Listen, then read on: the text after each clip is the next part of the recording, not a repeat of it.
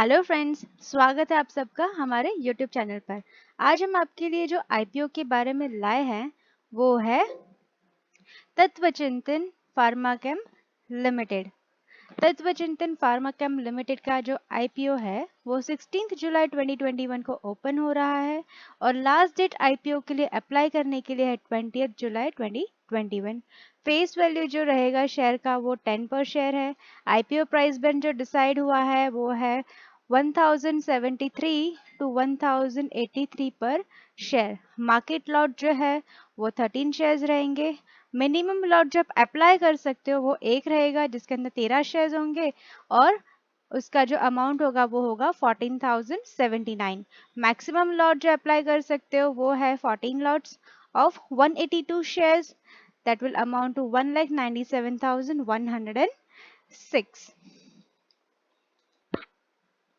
अब देखते हैं, चलिए फ्रेंड्स, कंपनी के बारे में।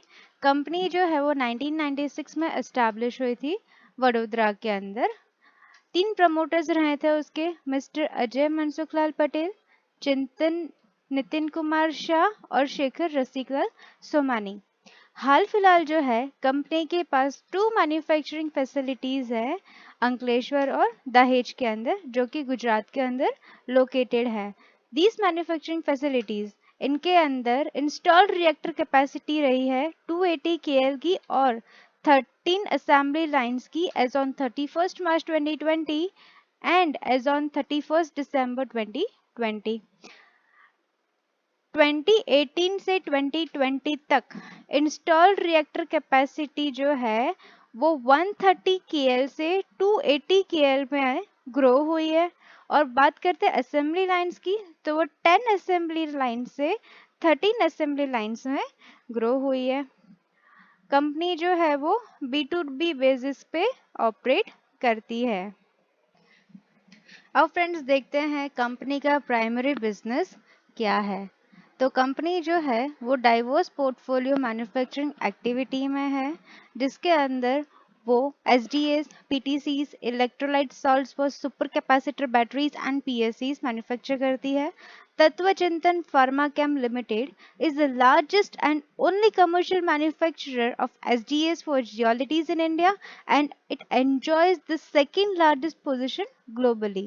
Tattvachintan Pharmacam is also one of the leading global producers of an entire range of PTCs in India and is one of the key producers across the globe. अब देखते हैं कंपनी किस industry के अंदर operate कर रही है।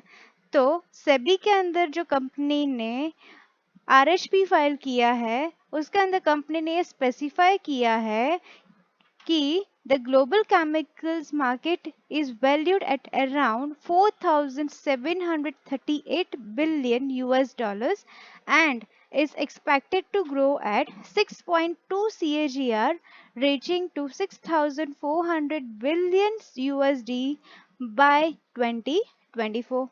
The Indian chemical market is valued at 166 billion US dollars and is expected to reach 280 to 300 billion dollars in next 5 years with an anticipated growth of 12% CAGR. The speciality chemical industry, that means कि जो company का basic product जो है, जो speciality chemical company produce कर रही है, forms 47% of domestic chemical market, which is expected to grow at a CAGR of around 11 to 12% for the same period of time, that is in next 5 years. तो चलिए friends, अब देखते हैं company के customers के बारे में। कंपनी किन किन को अपने प्रोडक्ट्स जो है वो सर्व कर रही है।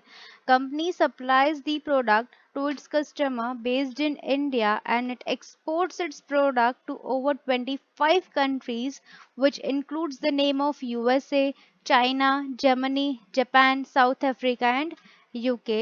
Company also owns 2 wholly owned subsidiaries in USA and Netherlands to facilitate the overseas operations. The major customer name includes Mark, Bayer AG, Asian Paints Limited, Epox Chemicals Kft, Lauren Labs Limited, Tosho Asia PT Limited, SRF limited, Navin fluorine international limited, oriental aromatics limited, Atul limited, Otsuka chemical India private limited, मेघमानी organics limited, Divi's laboratories limited, Hawks chemical company limited, Firmenich aromatics limited private limited sorry, Jiangsu Guotai super power new materials company limited and Z chem company limited. Company के major buyers जो है अगर उनकी बात करते हैं तो वो भी काफ़ी अच्छी ब्रांड वैल्यू फॉलो कर रहे हैं। साथ ही साथ इन कंपनीज का मार्केट शेयर जो है वो भी काफ़ी अच्छा है। अब देख फॉर एग्जांपल देखते हैं एशियन पेंट्स लिमिटेड। तो एशियन पेंट्स लिमिटेड जो है उसकी तो काफ़ी अच्छी ब्रांड वैल्यू है और जिस इंडस्ट्री के अंदर कंपनी अपनी ऑपरेशंस फॉलो कर रही है या जो कंपनी एक्टिविटी कर रही है उसका मार्केट शेयर अगर जो देखा जाए तो वो भी काफ़ी अच्छा है। अभी from 2019 to 31st December 2020 number of new customers associated with Tattva Chintan Pharmachem Limited has increased from 110 to 107 in the year 2020 and it reached to 153 as on 31st December 2020. Number of total customers served was 444 in the year 2019 which increased to 445 in 2020 but it tremendously increased to 508 in the year for the period ending 31st March 2020. Now, let us see what will be the object of the offer. ये जो भी हम material यहाँ पे use कर रहे हैं, जो भी इंफॉर्मेशन यहाँ पे यूज़ कर रहे हैं, that is purely taken from the companies website and from the RHPs filed by the company with SEBI. अब कंपनी ने ऑफर फॉर सेल के अंदर क्या दिया है कि the proceeds from the offer for sale shall be received by the selling shareholders. Company will not receive any proceeds from the offer for sale. The selling shareholders will be entitled to the proceeds from the offer for sale net of the respective portion of the offer related expenses. और जो fresh issue रहेगा, ठीक है, तो उसकी company ने 3 purposes दिए कि इन 3 पर्पसेस के लिए हम फ्रेश इश्यू का प्रोसीड्स जो है वो यूज करेंगे। फर्स्ट रहेगा funding capital expenditure requirement for expansion of Dahej manufacturing facility. Second purpose ये रहेगा funding capital expenditure requirement for upgradation at R&D facility in Vadodara and third for general corporate purposes. देखते हैं कैपिटल स्ट्रक्चर जो है company का वो क्या है। ऑथराइज शेयर कैपिटल जो है तेरा 4 crores number of shares and which amounts to 40 crores rupees. Issued, subscribed and paid up share capital pre this IPO is 2 crores 87,500 and which amounts to 20 crores 8,75,000. अब देखते हैं share holding bye promoters. Promoters जो है वो कितना share जो है वो होल्ड कर रहे हैं। अगर प्रमोटर्स का देखें तो प्री आईपीओ इस आईपीओ से पहले प्रमोटर्स वो होल्डिंग 80.53 और promoters other members of promoter groups were holding 19.47%। अब जिस दिन आरएचपी फाइल किया ना कुछ कंपनीज के अंदर ये शेयर्स जो है ये प्रपोर्शन जो है वो चेंज हो जाता है, लेकिन इस कंपनी के अंदर shareholding by promoters and other members of promoter groups were same, that is promoters are holding 80.53% and other members of promoter groups were holding 19.47%. Now friends, let us see the restated financials of the company. Restated financial statements of the company अगर देखते हैं तो total non current assets जो है वो है 1085.08 as on 31st March 2021, 991.65 as on 31st March 2020, 544.61 as on 31st March 2019। यहाँ पे अगर हम देखते हैं तो यहाँ पे नॉन करंट एसेट्स जो हैं वो बढ़ रहे हैं करंट एसेट्स की बात करते हैं तो it stands at 1842.50 as on 31st March 2021, 1226.99 as on 31st March 2020, 1143.84 as on 31st March 2019. Equity attributable to owners stands at 1659.64 as on 31st March 2021, 1176.94 as on 31st March 2020, and 797 as on 31st March 2019. अगर borrowings की बात करते हैं friends तो it was 315.19 as on 31st March 2019.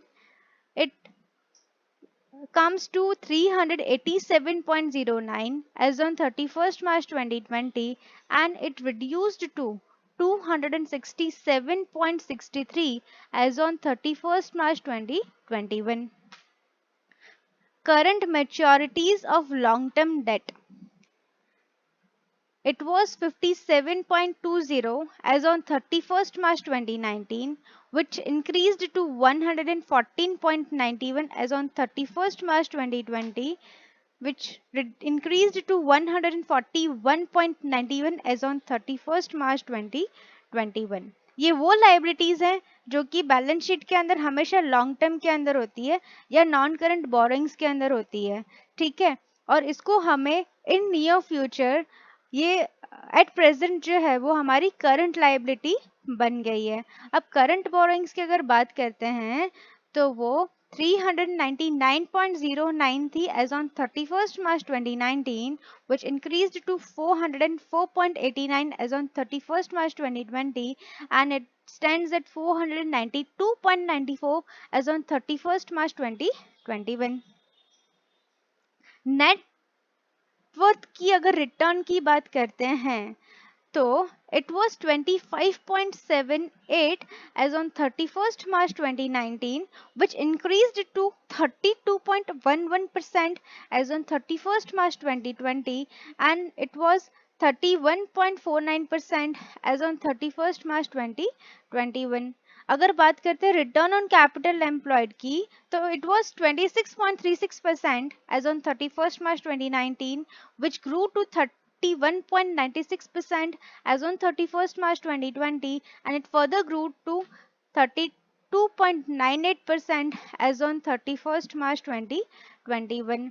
अगर बात करते हैं नेट एसेट वैल्यू पर शेयर की, ठीक है, तो it was 39.68 as on 31st March 2019, which increased to 58.59 per share as on 31st March 2020, and it further increased to 82.62 per share as on 31st March 2021.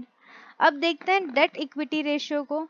Debt equity ratio जो है 31st मार्च 2019 को 0.968 था, जो कि रिड्यूस हो गया 0.771 as on 31st March 2020, and it further reduced to 0.544 as on 31st March 2021. That means what कि जो आउटसाइडर्स का जो फंड था, दैट इज कि जो डेट कंपनी ने लिए हुए थे, ठीक है, वो यहाँ पे रिड्यूस हो रहे हैं. अभी बात करते हैं रेवेन्यूज की. तो कंपनी ने ये कहा था कि आउट ऑफ टोटल रेवेन्यू, जो भी रेवेन्यू कंपनी इनकर कर रही है, ठीक है, उसका मेजर पोर्शन जो है वो एक्सपोर्ट से आता है. अगर टोटल रेवेन्यू देखें तो 3062.92 था as on 31st March 2021, and it was 2646.22 as on 31st March 2020, and it was 2068.01 as on 31st March 2019. Export revenue जो है वो 69.57% था as on 31st March 2019, 76.74% of total revenue as on 31st March 2020, and it was 70.58% of total revenue as on 31st March 2021. Profit after tax की बात करते हैं तो वो है 205.43 as on 31st March 2019. It was 377.89 as on 31st March 2020, and it was increased to 522.62 as on 31st March 2021. अगर EPS की बात करते हैं तो 31st March 2019 को था 10.23 per share, which increased to 18.81 per share as on 31st March 2020, and it further increased to 26.02 per share as on 31st March 2021. अब देखते हैं कैश फ्लोज को. Cash flow from operating activity as on 31st March 2021 is 243.19, which was 253.12 as on 31st March 2020 and 73.56 as on 31st March 2019. Cash flow from investing activity अगर देखते हैं तो तीनों साल के अंदर नेगेटिव है, तीनों साल के अंदर नेगेटिव है. 31st March 2021 को it was negative by 210.06. 31st March 2020 it was negative by 401.80 और 167.70 as on 31st March 2019. अब ये नेगेटिव क्यों जा रहा है? कंपनी ने जो एक्सपेंशन किए हैं, कंपनी ने फिक्स्ड एसेट्स परचेज किए हैं, कंपनी ने इन्वेस्टमेंट्स किए हैं, इस वजह से ये नेगेटिव जा रहे हैं. 31st March 2021 की बैलेंस शीट अगर देखते हैं तो कंपनी ने 209.70 मिलियन के फिक्स्ड एसेट्स परचेज किए हैं, 481.72 के फिक्स्ड एसेट्स परचेज किए हैं एज ऑन 31st March 2020 और 97.86 मिलियन के for the year ending 31st March 2019. ठीक है. इन्वेस्टमेंट्स इन फिक्स्ड डिपॉजिट्स अगर देखते हैं तो as on 31st March 2019 77.34 millions की एफडीज जो है वो कंपनी ने करवाई होगी. 74.48 की एफडी इस साल मार्च 2020 में मैच्योर हुई है और 2.49 की 2021 में. अब देखते हैं cash flow from financing activity. Cash flow from financing activity अगर देखते हैं तो for the year ending 31st March 2021 इसमें कैश फ्लो जो नेगेटिव जा रहा है. अब क्यों ये कैश फ्लो नेगेटिव जा रहा है? क्योंकि कंपनी ने लॉन्ग टर्म बोरिंग्स जो है वो रीपे किए 183.99 मिलियंस की, इंटरेस्ट एक्सपेंस पे किया है 40.99 का और अदर बोरिंग कॉस्ट जो है वो इनकर की है 2.22 मिलियंस की. अब देखते हैं कंटिंजेंट लायबिलिटीज को. कंटिंजेंट लायबिलिटीज जो है वो हम 31st March 2021 की देखते हैं तो लेटर ऑफ क्रेडिट से 0.34, payments of excess refund on zero rated supplies जो है वो है 0.61, guarantees excluding financial guarantees stands at 0.20, interest payable on IGST paid under advance authorisation 4.53. अब अगर बात करते हैं 2020 की तो लेटर ऑफ क्रेडिट्स जो है वो है 6.13, payments of excess refund on zero rated supply 0.56, guarantees excluding financial guarantees stands at 0.14. As on 31st March 2019 की अगर कंटिंजेंट लायबिलिटी देखते हैं तो CSR expenditure stands at 0.20, letter of credits 4.05. With this friends, we are concluding over here. We hope this video will be useful for you. हमारे इस video को like करें, comment करें, शेयर कीजिए अपने फ्रेंड्स और फैमिली के साथ और साथ ही सब्सक्राइब बटन को क्लिक करना ना भूलें. आप हमारे फेसबुक पेज को लाइक कर सकते हैं, इंस्टाग्राम पे फॉलो कर सकते हैं. Thank you so much for listening to us.